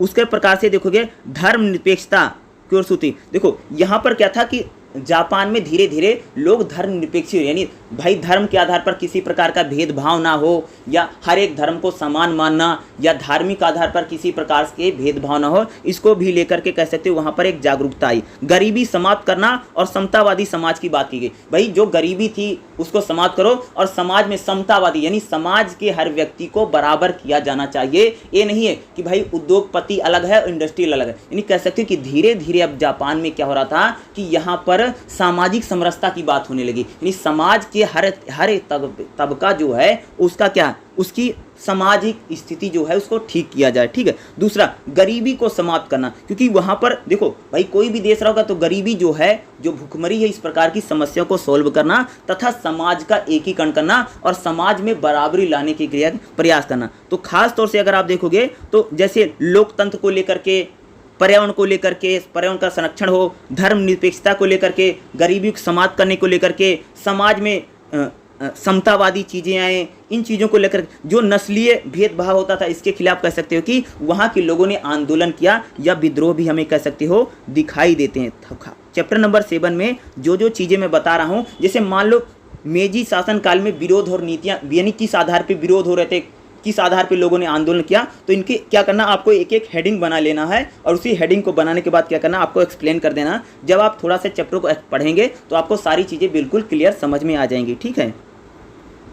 चैप्टर क्या है, मेजी जापान अंतर्राष्ट्रीय समानता की तलाश, क्या करी है हमारा नेक्स्ट चैप्टर है। नेक्स्ट चैप्टर क्या, चैप्टर नंबर 8, मेजी जापान अंतर्राष्ट्रीय समानता की तलाश। तो यहाँ पर देखोगे एक बहुत इंपॉर्टेंट है, असमान संधियों और आपराधिक कानून और कारावास कानून, यानी जो मेजी जापान था वहाँ पर इसने क्या की, कई सारी संधियाँ की है, कई प्रकार से इन्होंने क्या है, पूरी दुनिया से कई प्रकार से इन्होंने क्या है, अलायंस किए हैं, किस प्रकार की इन्होंने संधियाँ की हैं, और किस प्रकार से इन्होंने आपराधिक कानून और कारावास में सुधार की बात की गई थी। तो ये थोड़ा इंपॉर्टेंट हो सकता है, 8.2 जो है ये आपका इंपॉर्टेंट हो सकता है, खास तौर से इसको जरूर करके जाना है। बेंथम को लेकर के जो बातें की गई हैं, जापान और यूरोप के बीच में समानताएं को खोजना है, विदेशी शिक्षकों को सीखना, असमान संधियों को समाप्त करके कानून का उपयोग, ये जो 8.2 वाला सेक्शन है ये एक बार आ चुका है। अगर मैं बात करूँ जो इसमें जो पॉइंट है ये सारी हमारी क्या बन जाएगी, हेडिंग बन जाएगी, और इन्हीं हेडिंग को क्या करना आपको एक्सप्लेन करना पड़ेगा, ठीक है। उस बात से जैसे औपनिवेशिक काल को लेकर के एक बार क्वेश्चन पूछा गया तो औपनिवेशिक काल क्षेत्र को लेकर के महत्व क्या है, तो मुझे नहीं लगता इसको करना है। खास तौर से यहाँ पर आपको जो करना है 8.5 यानी पूर्वी एशिया यानी पूर्वी एशिया का जापान पर किस प्रकार, यानी एशिया का या पूर्वी एशिया कह सकते हैं या यूरोप का जापान पर किस प्रकार से प्रभाव पड़ा, या जापान में साम्राज्यवाद आया, यानी अब जापान धीरे धीरे क्या था, साम्राज्यवादी नीति को अपनाने लगा, क्या भी दूसरे पर कब्जा करने लग गए लोग। तो जापान ने सबसे पहले किया कोरिया को अपना उपनिवेश बना लिया भैया। अरे जापान भी था क्या करता था, साम्राज्यवादी नीतियों किसने अपनाया, तो जापान ने सबसे पहले किया कोरिया को अपना उपनिवेश बनाया। जैसे ब्रिटेन ने हम लोगों को उपनिवेश बनाया था, भारत को उपनिवेश बनाया था, उसी प्रकार से कह सकते हो कि जो जापान था उसने कोरिया को अपना उपनिवेश बनाया, अपने साम्राज्यवादी नीतियों का प्रसार किया। दूसरा क्या किया, जापान ने चीन के साथ युद्ध किया, यानी जापान ने कह सकते चीन के साथ युद्ध किया और चीन के क्षेत्रों को भी कब्जा करके अपनी साम्राज्यवादी नीतियों को प्रसार किया। ग्रेट ब्रिटेन के साथ सहयोग, यानी जो जापान था और ब्रिटेन ये आपस में सहयोग के साथ रहते थे, ठीक है। रूस के साथ जापान के युद्ध होते हैं और यहाँ पर भी कई प्रकार की चीजें, यानी अब जो जापान है वह अपनी नीतियों में साम्राज्यवादी यानी अपने साम्राज्य के विस्तार करने के लिए क्या करेगा, युद्धों की लड़ाई लड़ेगा ताकि यानी जो जापान है उसके साम्राज्य का विस्तार हो, ठीक है। अरे भाई सेकंड वर्ल्ड वॉर जो होगा, जर्मनी जापान इटली जो आपस में इकट्ठे होने वाले हैं, तो वहाँ पर जापान की भी नीतियाँ तो ऐसी हैं, साम्राज्यवादी नीतियाँ हैं। एक बात मैं बता दूं, जापान जो था दूसरों के उपनिवेश छीन लेना, ठीक है, दूसरे देश पर कब्जा कर लेना, तो इस प्रकार की जब आपकी नीति होगी, रूस के साथ युद्ध करना, चीन के साथ युद्ध करना, तो इस पहले तो जापान पूरा एक प्रकार से कह सकते पूरी दुनिया में बड़ा इनका वो था, दबदबा चलता था, हर किसी को कब्जा कर लेते थे। भाई जब इनके ऊपर मार पड़ेगी सेकंड वर्ल्ड वॉर में, देखना किस प्रकार से पूरा सुधर जाएंगे। तो कोरिया को इन्होंने अपना उपनिवेश बनाया है, चीन के साथ इन्होंने जापान का चीन के साथ युद्ध होना, और देखो ये सारी जो चीज़ें पता क्यों रहे, साम्राज्यवाद, क्योंकि जापान में राष्ट्रवाद का उदय हुआ।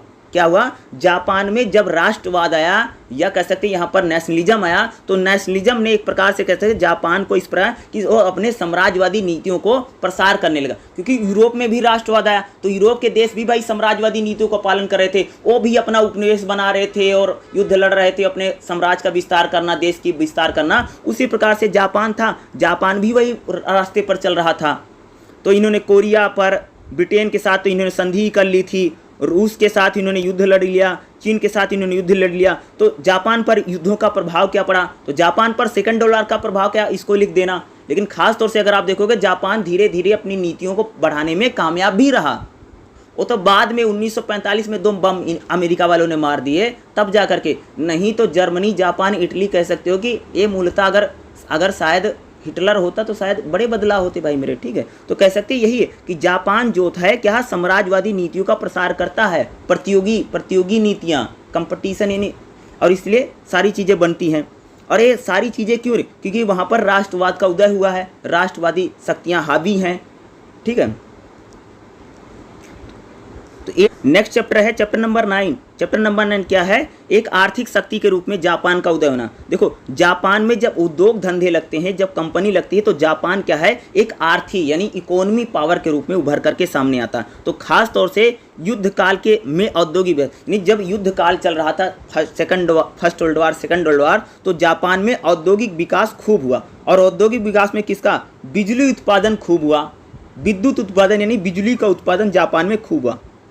भारी उद्योग, ठीक है, भारी जो उद्योग थे, रसायन का हम लोगों ने बताया कि यहाँ पर जो मिट्टी है वैसे भी क्षारीय होती है, उसमें अम्लीय मिट्टी होती थी। तो रसायन यानी यहाँ पर कौन कौन किस प्रकार की कंपनियां लगी जिससे जापान मजबूत हुआ। एक तो औद्योगिक विकास ने क्या किया, जापान को आर्थिक रूप से मजबूत किया। और औद्योगिक विकास किस था, बिजली उद्योग में, विद्युत उत्पादन में, भारी उद्योग में, केमिकल यानी जो रसायन होता था, साथ साथ सूती कपड़ा वस्त्र उद्योग में भी जापान आगे रहा। ये 3 प्रकार की क्या लगती है वहाँ पर इंडस्ट्री लगती है। इसलिए अगर आप देखेंगे तो इसमें 9.3 युद्ध काल में औद्योगिक विकास, इसको जरूर करके जाना। उसी हिसाब से अगर आप देखोगे युद्ध काल में कृषि का भी बढ़ा, एग्रीकल्चर भी जापान में बढ़ा। तो जापान में देखोगे तो यहाँ पर 1918 में चावल को लेकर के दंगा हुआ। अरे भैया खाने पीने के लिए संसाधन कम पड़ गए, इसलिए दंगा हो गया चावल को लेकर, एक भूखमरी की समस्या जापान में बनी। तो जापान ने धीरे धीरे क्या किया, एग्रीकल्चर सेक्टर को भी बढ़ाने का प्रयास किया। इसलिए जैसे रेशम का उत्पादन बड़ी संख्या में होता था, एग्रीकल्चर को बढ़ाने के लिए राज्य ने कई प्रकार की नीतियां बनाई। तो रेशम का उत्पादन 1918 में चावल दंगा एग्जाम में आ चुका है। रेशम उत्पादन चावल दंगा यानी जो 9.4 है ये इंपॉर्टेंट है, और साथ साथ 9.3 इसको लेकर के देखो औद्योगिक क्रांति हुई, जैसे बिजली उत्पादन है, भारी उद्योग है, रसायन है, सूती कपड़ा, इसका तो उत्पादन हुआ। साथ साथ जो एग्रीकल्चर सेक्टर है इसमें देखोगे रेशम उत्पादन, एग्रीकल्चर सेक्टर यानी कृषि को बढ़ाने के लिए कई प्रकार के प्रयास किए जाते हैं। साथ 1918 में कह सकते हैं यहाँ पर जो खाद्य पदार्थ हैं यानी कह सकते हैं फूड क्राइसिस हो गए, यानी कह सकते हैं जब फूड क्राइसिस हुआ तो उससे क्या हुआ, चावल दंगा हुआ, और इसके कई प्रकार से नेगेटिव परिणाम निकलते हैं और कई सारे पॉजिटिव परिणाम भी निकले। जब यहाँ पर चावल दंगा होता है उसके बाद कह सकते हैं कि जापान आर्थिक गतिविधियों में एग्रीकल्चर सेक्टर पर ज़्यादा से ज़्यादा ध्यान देता ताकि आने वाले समय में यहाँ पर फूड क्राइसिस ना हो। ठीक है, तो 9.3 और 9.4 को आपको जरूर पढ़ करके जाना है। ठीक है, 10 है, इसमें क्या करना है, शाही जनतंत्र यानी यहाँ पर जब जनतंत्र आया, शाही जनतंत्र यानी जब जापान में लोकतंत्र आया और जापान में क्या हो भैया, राजनीतिक दल आए। तो जापान में जब मेजी शासकों के अधीन संवैधानिक सरकारें यानी अब यहाँ पर कह सकते हैं संविधान का निर्माण हुआ और संविधान ने क्या किया, वहाँ पर जापान में राजनीतिक दलों की स्थापना हुई। ठीक है, और ख़ास तौर से इसमें 10.3 कम्युनिस्ट पार्टी की स्थापना, यानी यहाँ पर क्या कौन सी पर सरकार बनी, कम्युनिस्ट। जापान अगर देखोगे तो एक कम्युनिस्ट देश है, लेफ्ट है, यानी कह सकते हैं कि उस प्रकार से। तो जापान में कम्युनिस्ट पार्टी की स्थापना कैसे हुई, 10.3 आपके लिए इंपॉर्टेंट हो सकता है, इसको जरूर। जापान में राजनीतिक दल सफल क्यों नहीं, ऐसी प्रकार से जैसे 10.5 है ना, एक बार एग्जाम में आ चुका है, मैं बता देता हूं कि जापान में जो राजनीतिक दल थे वो सफल, क्योंकि जापान में देखोगे कई सारे कारण हैं, जैसे आंतरिक कारण है, बाह्य कारण है, जिससे राजनीतिक दल वहां पर सफल नहीं हुए, या राष्ट्रीय राज्य रक्षा, इसको लेकर के जापान में जो राजनीतिक दल हैं सफल नहीं रहे। तो 10.5 एक बार आ चुका है, अगर मैं बता दूं। खास तौर से इसमें आप लोग ना कम्युनिस्ट पार्टी की स्थापना और मेजी जापान में राजनीतिक दलों की स्थापना कैसे हुई। ठीक है, जैसे यहाँ पर समान स्वार्थ वाले समूह और राजनीतिक दल, समान स्वार्थ वाले समूह का जैसे हम लोग बोलते हैं ना प्रेशर ग्रुप, और जापान में राजनीतिक दल कैसे रहे, तो इसको लेकर के तो 10.2 और 10.3 इसको मैं मेरे हिसाब से 10.2 वाला जो है इसको पढ़ना है, और 10.3 कम्युनिस्ट पार्टी की स्थापना जापान में किस प्रकार से हुई, इन चीज़ों को जरूर करना। 10.5 एक बार एग्जाम में आ चुका, अगर मैं बताऊं कि जापान में राजनीतिक दल असफल यानी क्यों नहीं सफल हो पाए। ठीक है, एक बार ये आ चुका है। देखिएगा चैप्टर नंबर 11, चैप्टर 11 क्या है, जापान में सैन्यवाद। क्योंकि यहाँ की भाई जो सरकार थी या यहाँ की जो चीज़ें थी, यहाँ पर सैन्यवाद आ गया। सैन्यवाद का मतलब समझते हो, तानाशाही सरकार का आ जाना।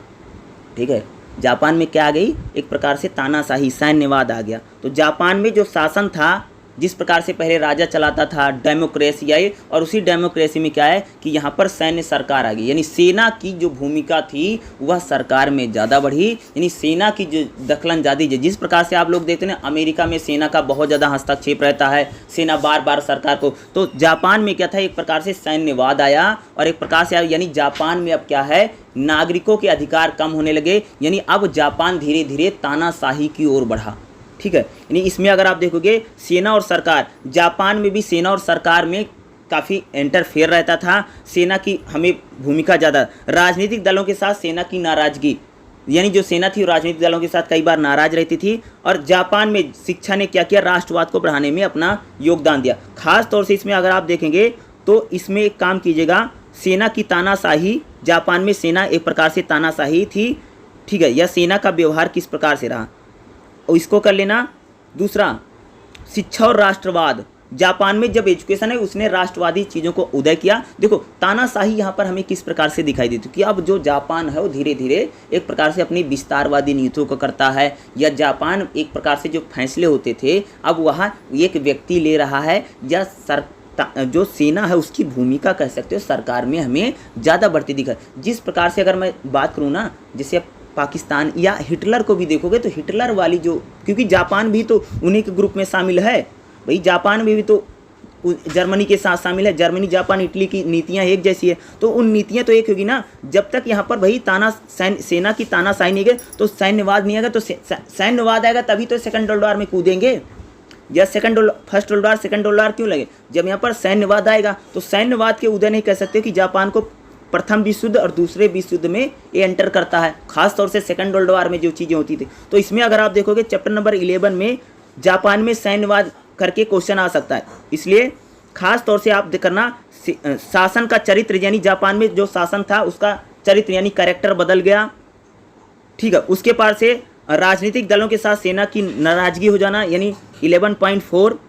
उसके बाद सेना के अंदर विभाजन होने, सेना में भी कई प्रकार का अलग अलग प्रकार के गुट बन जाना, गैंग बन जाना, अलग सेना में बिखरा हो जाना। सेना की तानाशाही, जापान में सेना की तानाशाही भी जाती है, सेना अपने बल पर शासन करने का प्रयास करती है, सरकार की सुनती नहीं है, सरकार के साथ सेना की नाराजगी होती है। यानी सैन्य शासन उसी को बोलते हैं जब सेना आकर के स्वयं शासन करने लग जाए। यानी अब जापान में धीरे धीरे जो लोकतांत्रिक चीजें थी या जो राजशाही थी वो कमजोर पड़ी, और जब लोकतंत्र आया, लोकतंत्र में कह सकते एक समय आकर के वहां पर हमें सैन्यवाद दिखाई देता है, सेना की चीजें चलती, तभी तो जापान जो होगा सेकंड वर्ल्ड वॉर में जाएगा। और सेकंड वर्ल्ड वॉर में क्या होगा आप सबको पता ही है। तो सेना की जो तानाशाही रही वो हमें दिखाई दी, यानी शासन का चरित्र बदल गया। पहले वहां पर सरकार थी, लोकतांत्रिक सरकार थी, संविधान के जरिए चीजें चलती थी, लेकिन अब वहां संविधान को कोई मान नहीं रहा, सेना मनमाने ढंग से क्या करने लग जाती है, शासन करने लग जाती है, ठीक है।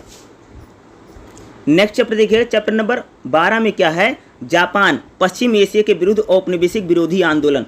पश्चिम एशिया का इनका किस प्रकार से आंदोलन, तो खास तौर से इसमें देखना ये जो एशिया के छात्र राष्ट्रवादी और व्यापारियों का जापान में खास तौर से, यानी जो एशिया के लोग थे, जो जैसे मैं बात करूँ जो एशिया के जैसे छात्र हैं, राष्ट्रवादी हैं, व्यापारी हैं, ये जापान में जाकर के क्या करते हैं, वहाँ पर काम करते हैं। जैसे छात्र पढ़ाई के लिए जाते थे या बहुत सारे लोग घूमने फिरने जाते थे, व्यापारी भी जापान के साथ क्या होता है, प्रचार प्रसार होता है, यानी क्या जापान में लोग आने जाना शुरू कर देते हैं जापान को लेकर के। तो 12.3 है। उसी के साथ अगर आप देखोगे जापान और Indian national army, Azad Hind फौज के साथ किस प्रकार से जापान में चीज़ें रही, एक बार एग्जाम में आ चुका है। 12.6 जो है एग्जाम में इसको पूछा जा चुका है।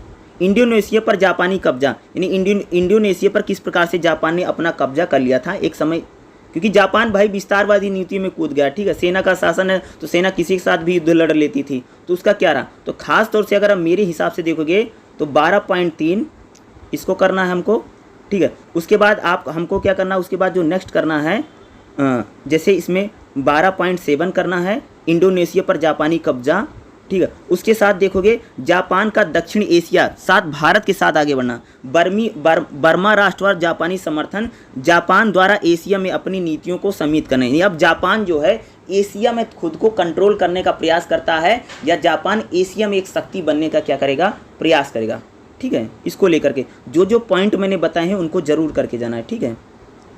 नेक्स्ट चैप्टर क्या है, चैप्टर नंबर 13। चैप्टर 13 क्या है, जापान का औपनिवेशिक साम्राज्य और उसकी पराजय, यानी जापान किस प्रकार से पराजय होती है, यानी उसकी जो हार होती है, ठीक है।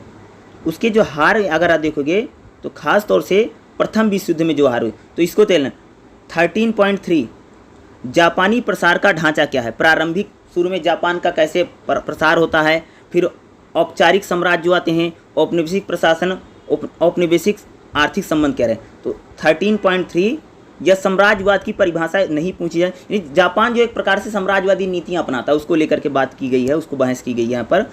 13.3 हमको करके जाना है। उसी मोस्ट इंपॉर्टेंट क्या है, इसको जरूर पढ़ के जाना आप सभी लोग। यानी 1931 के बाद प्रसारवादी नीतियाँ, यानी जो जापान है ना, ध्यान सुनना, फर्स्ट वर्ल्ड वॉर के बाद जब यानी जब फर्स्ट वर्ल्ड वॉर समाप्त हुआ, प्रथम विश्व, उसके बाद जो जापान है 1931 के बाद क्या करता है, अपनी प्रसारवादी नीतियाँ अपनाता है, यानी अपने साम्राज्य का विस्तार करने लग जाता है। जैसे मकाऊ की स्थापना की, चीन में आक्रमण जारी रखना। देखो भाई, फर्स्ट वर्ल्ड वॉर के बाद बात की गई थी कोई किसी पर हमला नहीं करेगा, लेकिन जो जापान है, जर्मनी, इटली है, ये किसी की बात नहीं सुनते हैं। जैसे आपको पता कि जर्मनी दूसरे क्षेत्रों पर या हमला करके मंचूरियन पर उसने कब्जा कर लिया, जिससे सेकंड वर्ल्ड वॉर शुरू होता है। उसी प्रकार से जो जापान है यह भी अपनी प्रसारवादी नीतियों को अपनाता है। प्रसारवादी मतलब यानी अपने शासन प्रशासन को बढ़ाने के लिए क्या करता है, दूसरे देशों पर हमला करता, अटैक करता। तो 1931 के बाद जापान ने क्या, प्रसारवादी नीतियों की स्थापना। तो इसने क्या किया, चीन में आक्रमण को जारी रखना, लगातार चीन पर आक्रमण करता ताकि उनके क्षेत्रों को जीत सके। जापान में धुरी शक्तियों के साथ, अब जापान जो है 1900 के बाद जो धुरी शक्तियां हैं, यानी किसके साथ, हिटलर के साथ, और किसके साथ, यानी जर्मनी और इटली के साथ चले जाना।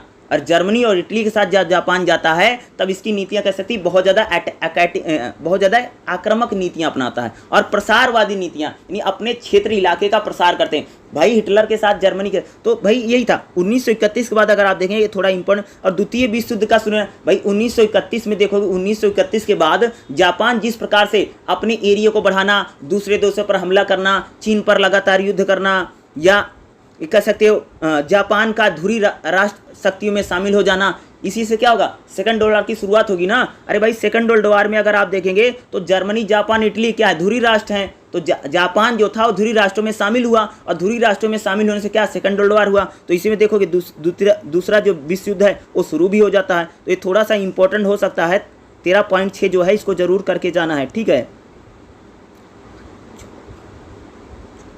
मनचुकुआओ की स्थापना जैसे बताया है, चीन में आक्रमण जारी रखना, ये सारी हमारी क्या है, हेडिंग है, ठीक है। ये सारी हेडिंग बन जाएगी और इन्हीं हेडिंग को क्या करना है, हमको एग्जाम में एक्सप्लेन कर देना है, ठीक है।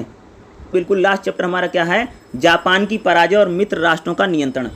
भाई अगर आप सबको पता 1945 में, ठीक है, जब सेकंड वर्ल्ड वॉर समाप्त होता है, और सेकंड वर्ल्ड जो समाप्त होता है, अगर आप देखेंगे नागासाकी हिरोशिमा पर अमेरिका के द्वारा क्या होता है, 2 बम गिराए जाते हैं, जिसमें बोला जाता है कि धुरी राष्ट्र जो है उनकी हार हो जाती है। कौन, धुरी राष्ट्रों की हार हो जाती है और मित्र राष्ट्र जो है जीत जाते हैं। यानी जर्मनी, जापान, इटली जो है ये हार जाते हैं। जापान की सेकंड वर्ल्ड वॉर में क्या पराजय हो गई।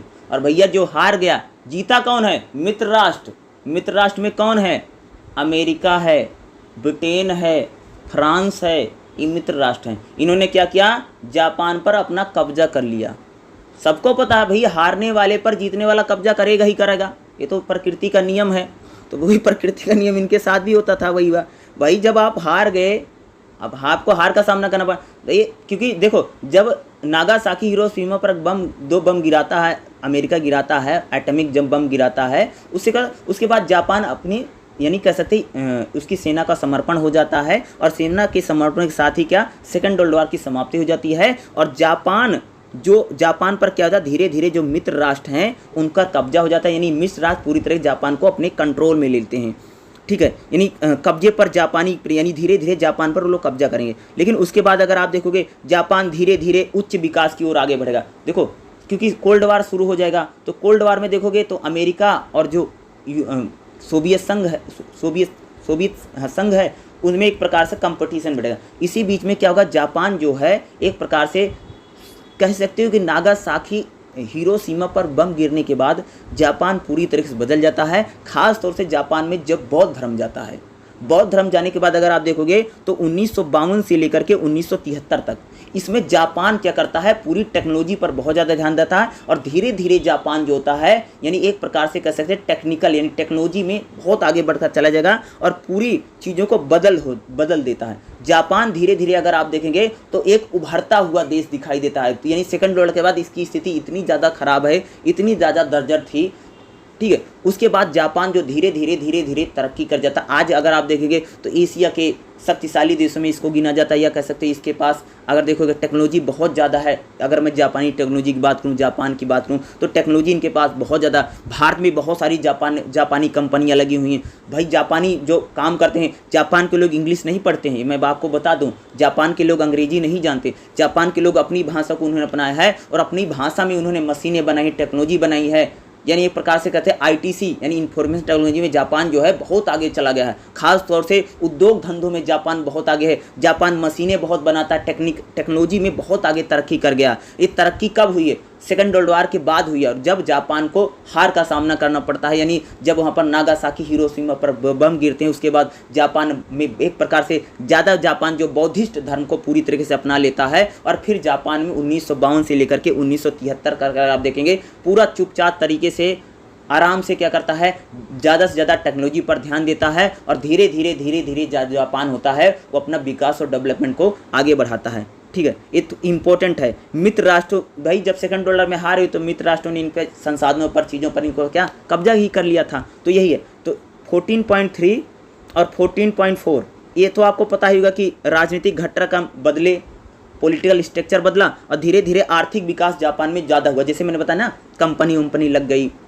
खास तौर से आप जैसे मैंने जापानी कंपनी बहुत ज़्यादा हैं। अगर मैं कुछ कंपनियों का नाम बता दूं, जैसे आपने पैनासोनिक सुन रखा, पैनासोनिक जापानी कंपनी है, बहुत बड़ी कंपनी है जो खास तौर से इलेक्ट्रॉनिक में काम कर रही है। तो जापान की बहुत सारी जो कंपनी है अलग अलग देशों में काम कर रही है। जापान सेकंड वर्ल्ड के बाद अगर आप देखेंगे तो काफ़ी परिवर्तन हुआ, काफ़ी बदलाव हुआ है टेक्नोलॉजी के मामले में। जापान जो है कह सकते एक बहुत अच्छी टेक्नोलॉजी मानी जाती है। या दूसरा बहुत अच्छा प्रयास हो रहा है जापान में। दूसरा ये चीज़ों के लिए ना उच्च विकास दर, यानी धीरे धीरे जापान जो है एक कह सकते विकसित राष्ट्र यानी विकसित राज्य के रूप में आया है। ठीक है, तो लगभग ये 14 चैप्टर जो थे, चैप्टर नंबर 1 से लेकर के चैप्टर नंबर 14 तक जितने चैप्टर थे मैंने आपको सारे बता दिए हैं। और ख़ास तौर से आपको पढ़ के क्या जाना है, आपको एग्ज़ाम से रिलेटेड जितने भी क्वेश्चन हैं मैंने आपको सारे करवा दिए हैं। इनको आप अच्छे से पढ़ाई कर लीजिएगा और इन्हीं को आपको तैयारी करके जाना है, इन्हीं को आपको पढ़ कर जाना है। एग्ज़ाम आप सभी का शायद बहुत अच्छा हो जाएगा। जो जो चीज़ें मैंने बताई हैं इन्हीं चीज़ों को आपको पढ़ के जाना है, बहुत इधर उधर नहीं जाना है। और जो जो चीज़ें मैंने बोला है उन्हीं को आपको स्टडी करनी, उन्हीं को पढ़ कर जाना है और एग्ज़ाम अच्छे से लिख कर के आना है। 8 क्वेश्चन पूछे जाएंगे जिसमें से आपको 5 ही लिखना रहेगा। ठीक है, क्वेश्चन में बहुत ज़्यादा चूजिंग है, बहुत ज़्यादा चॉइस आती है।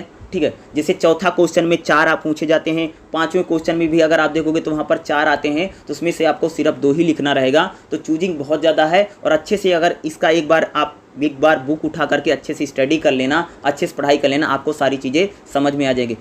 ठीक है।